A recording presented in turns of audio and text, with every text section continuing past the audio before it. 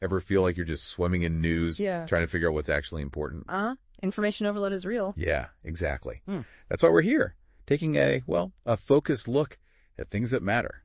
Welcome to the Deep Dive. Today we're diving into a collection of recent updates, mostly from Gudrun Ellen. We're looking at what's new in Swedish universities think research, teaching, funding, the whole picture. Right. And these aren't just, minor updates. We're talking about things with real impact, Right. like research projects hitting unexpected snags. Yeah. How tech, like AI, is changing classrooms, and how universities are dealing with some pretty big societal questions.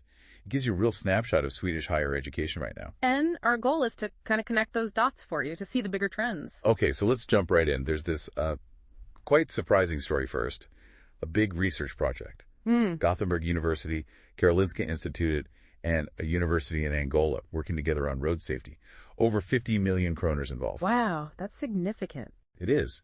But it got blocked by U.S. assistance funding. Oh, blocked. What? That seems odd for road safety research. Well, the U.S. reasoning was that Angola, because of its oil and minerals, is considered one of Africa's, quote, largest and wealthiest nations. Ah, I see. So it didn't meet their specific aid criteria then. Apparently not. Even though, as the articles point out, Luanda has major traffic issues, so the need seems pretty clear on the ground. That really highlights a potential disconnect, doesn't it? Between broad economic classifications and, well, specific, urgent local needs. It does. It makes you think about how these big international aid mechanisms work, or sometimes don't work as intended for specific projects. Yeah, like using a blunt instrument when maybe you need something more precise. Gunilla Prieb, the project leader, must have been incredibly disappointed. You'd imagine so. All that work, the collaboration set up, it's a tough situation. It shows how geopolitics can unexpectedly sideswipe research. Definitely. Okay, so shifting gears a bit, let's talk about something designed to break down barriers, maybe. ResearchData.se. Right, the new national platform for research data, launched back in March. Yes, a big collaboration. The Swedish Research Council, the National Library, Kungliga Biblioteket, and SND, the Swedish National Data Service. The goal is fair data. Right. Findable, accessible. Interoperable and reusable. Fair.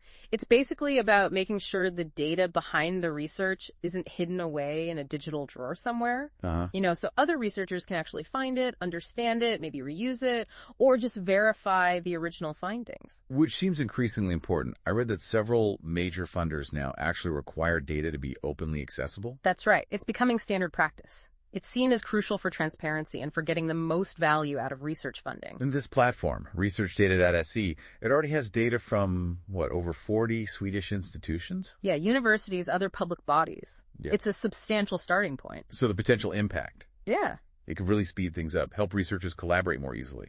Absolutely. Think about it. Less time wasted trying to track down data, easier verification of results, more potential for building on previous work. It boosts quality and efficiency. Makes sense. Now, sticking with the theme of resources, funding. The University of Gothenburg seems to be doing quite well on that front. It looks like it.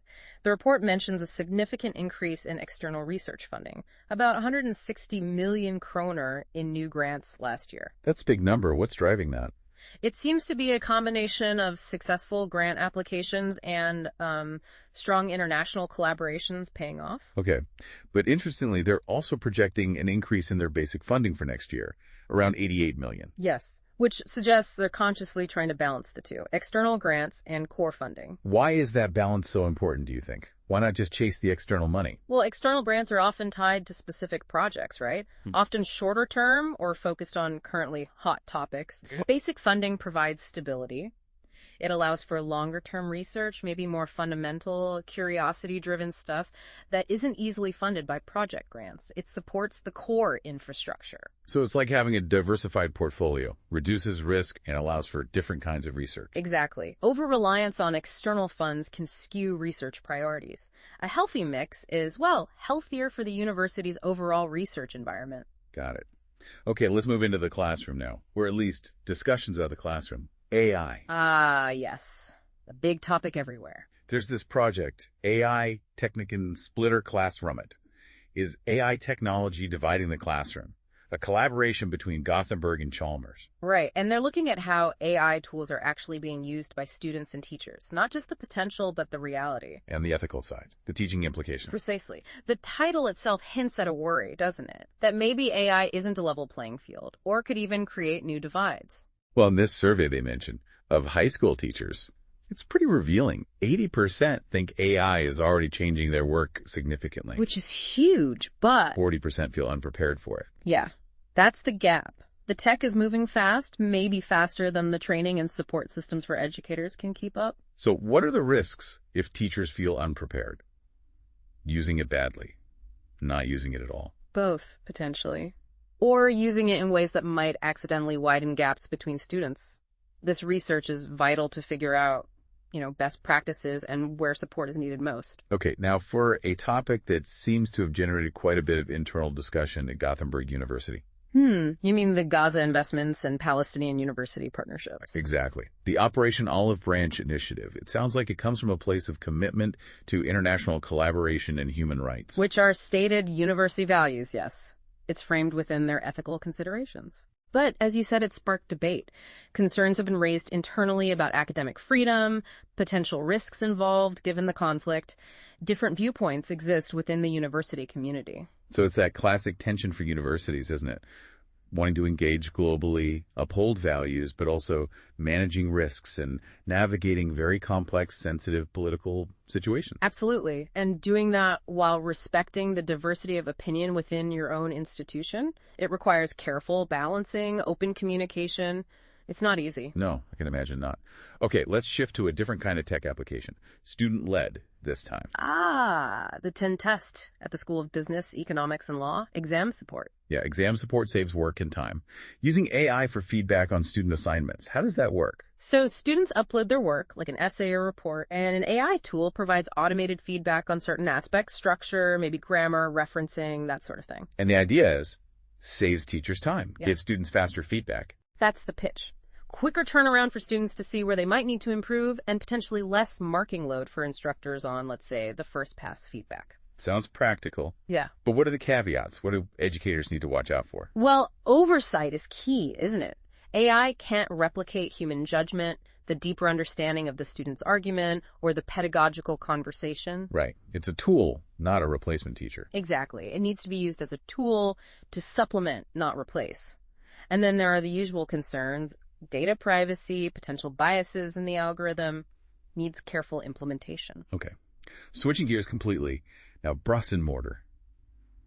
Big changes at Handelshögskolan, the Faculty of Fine, Applied and Performing Arts. Yes, a new building going up, costing around, 350 million kroner, due in 2027? That's a major investment in the arts. What's the thinking behind it? The focus seems to be on creating spaces designed for collaboration, bringing different arts departments together, fostering that cross-disciplinary interaction, providing modern facilities for artistic development, and also engaging more with the community outside the university. So less siloed departments, more interaction, and maybe more public-facing work. That seems to be the vision. Purpose-built spaces can really shape how people work together and what they create. It could lead to some really interesting new artistic directions and collaborations. Sounds exciting for them. We also saw a note about a seminar with Cecilia Malmström discussing worried U.S. opinions. Yes. Her insights on the U.S. political climate. Given her background, that would be fascinating. Especially thinking about, the upcoming election, concerns about democratic principles she apparently raised. And crucially for this discussion, the potential impact of U.S. politics and foreign policy on international collaboration, including research. Right, because U.S. funding and partnerships are so significant globally, shifts there can ripple outwards. Definitely. It's a reminder that universities don't operate in a vacuum. Global politics matter. On the topic of global connections, Gothenburg Uni is actively trying to boost its international student numbers. Yes, quite significantly. They have a target of a 30% increase in international master's students by 2027. Wow. How are they planning to do that? Seems like the usual stratables, but maybe intensified. Participating in education fairs abroad, boosting their online marketing, really highlighting their research strengths and the quality of education. Trying to attract global talent, essentially. Exactly, which brings benefits, right? Diverse perspectives in the classroom, stronger global networks for research. Yeah, it enriches the whole environment. Yeah. And speaking of international links, there's also stronger collaboration mentioned with Japanese universities.